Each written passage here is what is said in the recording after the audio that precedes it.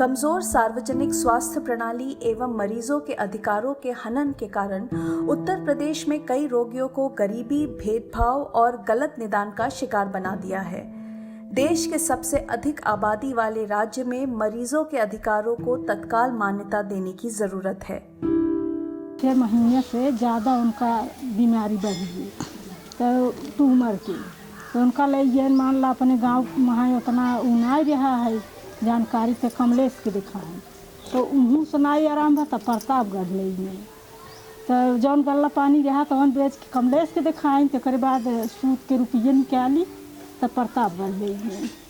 कई अस्पतालों में मरीजों के गलत इलाज की जानकारी ना देना और इलाज से इनकार करना आम बात हो गई है। मेरा भाई 17 तारीख 2018 को बीमार हुआ था।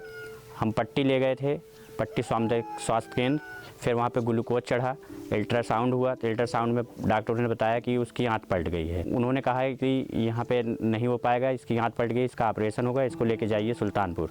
तो उनकी सलाह से हमने सुभागनी हॉस्पिटल सुल्तानपुर में लेके गए। वहाँ पे उन्होंने उन्हीं की रिपोर्ट पे 19 तारीख को शाम को ऑपरेशन कर दिया और खर्चा लगभग 1 लाख बताया था उन्होंने, मगर 7 दिन हमने वहाँ इलाज करवाया। 1,25,000 समथिंग खर्चा आया था वहाँ।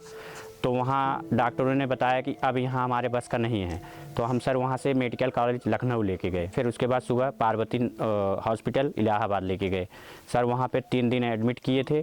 वहाँ पे 70 से 72 हज़ार रुपये वहाँ पे भी लगा, मगर हमारा भाई बचा नहीं। जिसे पैसा हमने 1 लाख रुपये ब्याज पे लिया था 5%, वो देना था भाई, जिसका लिया है तो उसको देना, तो फिर भैंस बेच के दिए। फिर अस्पताल पर हम गए, अस्पताल पर गए तो बड़े डॉक्टर से कहली कि डॉक्टर साहब हमारे पतोह का ब्लड नहीं रुका था, तो कहा कि तब ऐसा है ना कि लेके जा नवगढ़, एक बनारस का महिला डॉक्टर आवे नहीं, नवगढ़ मला एनम ओनम आईनी, एनम जब आईनी तो कहा कि खेड़ी फट गया था। ये सब टाका उका चलौले नहीं, टाका भी वो हाथ डाल के देखे हुए तो टाका भी टूट गया।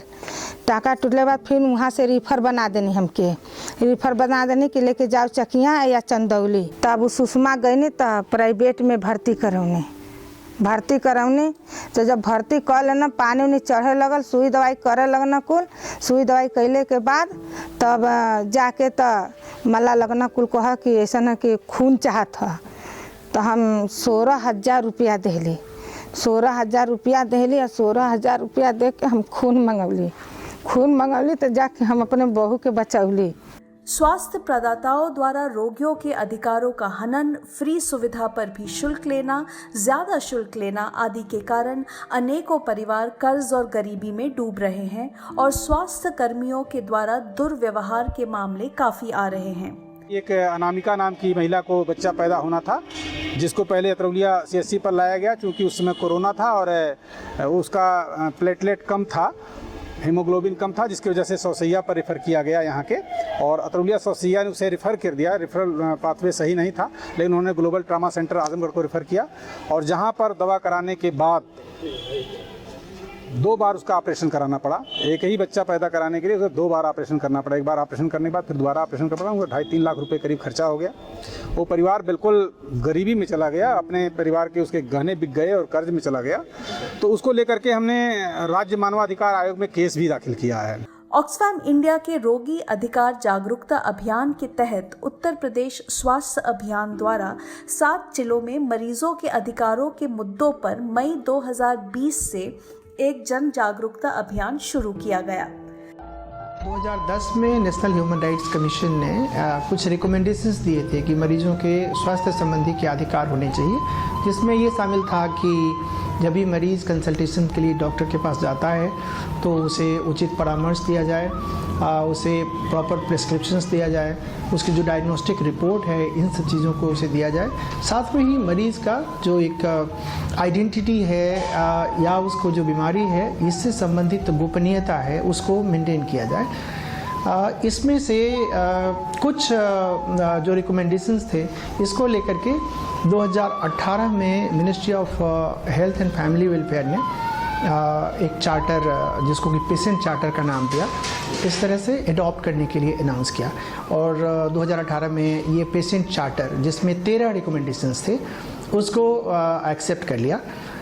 साथ ही 2019 में ministry of health and family welfare की ओर से स्टेट्स को एक लेटर इशू किया गया, जिसमें ये कहा गया था कि हर स्टेट इसको अपने हॉस्पिटल्स में अडॉप्ट करें और पेशेंट चार्टर हर हॉस्पिटल में लगाया जाए, ताकि लोगों को ये जानकारी हो सके कि मरीज़ों के राइट्स क्या हैं और उसको वो क्लेम कर सकें।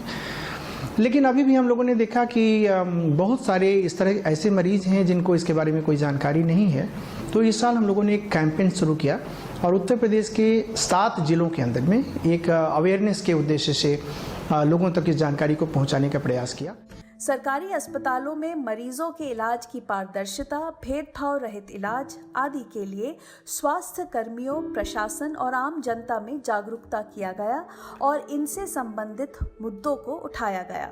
निजी अस्पतालों में जो मरीजों के अधिकारों का हनन होता है खास करके, तो ये था कि इस अभियान के तहत लोगों को ज़्यादा से ज़्यादा जोड़ करके और उनको थोड़ा सा उत्तर प्रदेश में जो स्वास्थ्य की स्थिति है उसको अवगत करा के, और दूसरा कि मरीजों के जो अधिकारों का हनन हो रहा है उसको कैसे डॉक्यूमेंट किया जाए, कैसे एकत्रित किया जाए और उनको लेकर के फिर कैसे हम लोग पैरोकारी करें।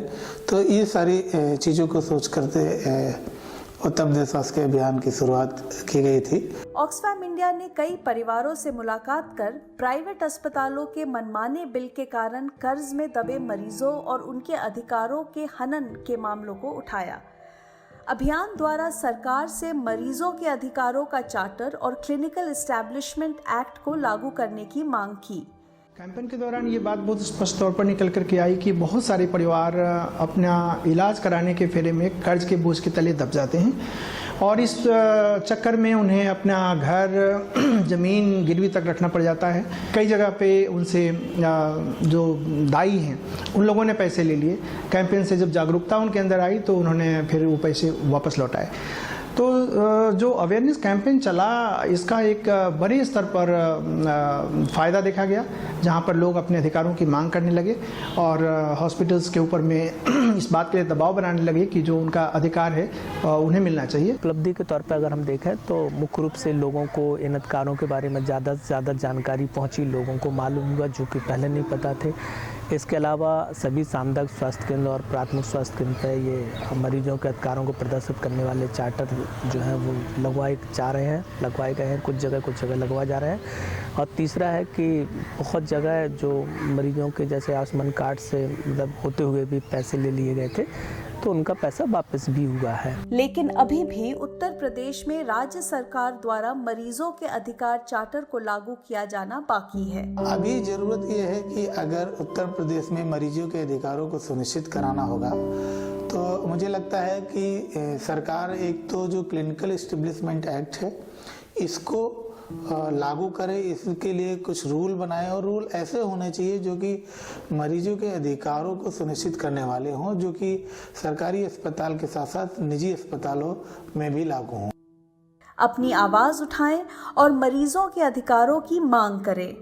ऑक्सफैम इंडिया के अभियान राइट्स ओवर प्रॉफिट से जुड़ने के लिए 7731876318 पर मिस्ड कॉल दें।